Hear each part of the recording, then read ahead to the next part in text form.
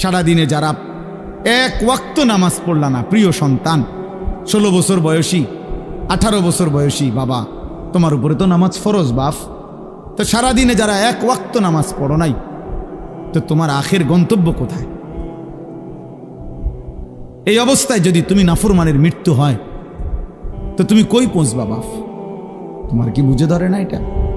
সকাল থেকে রাত পর্যন্ত সারাক্ষণ যে মোবাইলে নারী দেখে, ছবি দেখে, অশ্লীল দৃশ্য দেখে, তো এর শেষ ঠিকানা কোথায়? তুমি বলো ভাইয়া, তোমার যদি কোনো বিবেক থাকে, যদি মানুষ হয়ে থাকো, যদি মুসলমানের ঘরে জন্ম নিয়ে থাকো, যদি আল্লাহ বলে কারো নাম শুনে থাকো, যদি নবী মুহাম্মদ সাল্লাল্লাহু আলাইহি ওয়াসাল্লাম বলতে কারো নাম শুনে থাকো, কোরআন বলতে যদি কোনো কিতাব শুনে থাকো, ইসলাম বলতে কোনো ধর্মের নাম যদি শুনে থাকো, তুমি ভেবে দেখো তো বাপ, এই নারী, ছবি, এই মদ, জুয়া, জিনা, ব্যভিচার